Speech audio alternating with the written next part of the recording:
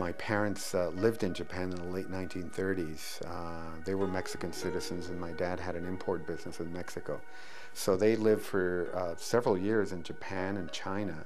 And just before the war started, they moved back to Mexico. I wasn't born then, but I was born soon after that. So I grew up in Mexico in a home that was filled with Japanese furniture and art, ceramics. And I was always an artist, you know, I was always drawing or sculpting or doing something, and that's what I was drawing. I was drawing geishas with parasols and Mount Fuji in the background.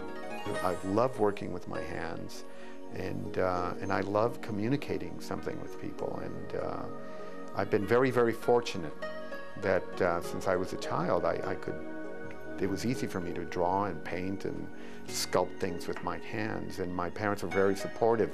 They bought me paints and canvases and just really always supported it. They never ever said, you don't want to be an artist.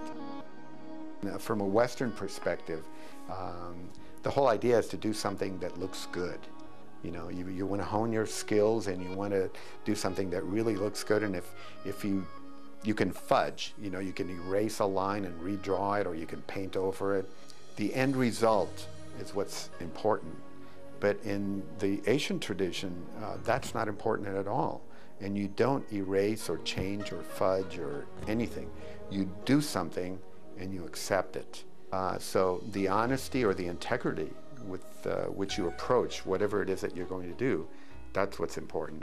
Many times when I do things without really thinking too much about them, by just doing it instinctively, is much more exciting and I don't know, just beautiful than anything that I could ever plan on doing. A lot of the Zen brushwork, calligraphy in particular, is considered self-portraiture. It has been for centuries in China or Japan, because it's a collaboration between you and the ink and the brush and the paper and the moment.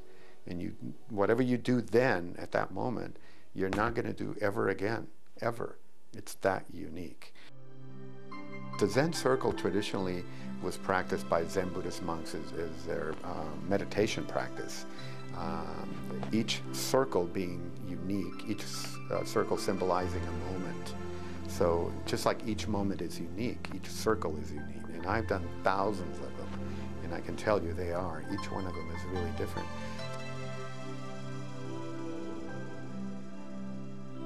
The city approached us, well, me, with the idea of maybe using the Art Start Kids to create some artwork for the Prince Greenway that would actually acknowledge some of the support that they've received from certain big donors that have given, you know, millions of dollars to the project. And so I'm working on two of them. One, which is a fish that's breaking out of the concrete, and that will be the donor wall. And so the fish will be quite large, about 12 to 14 feet in length, and then covered with mosaic.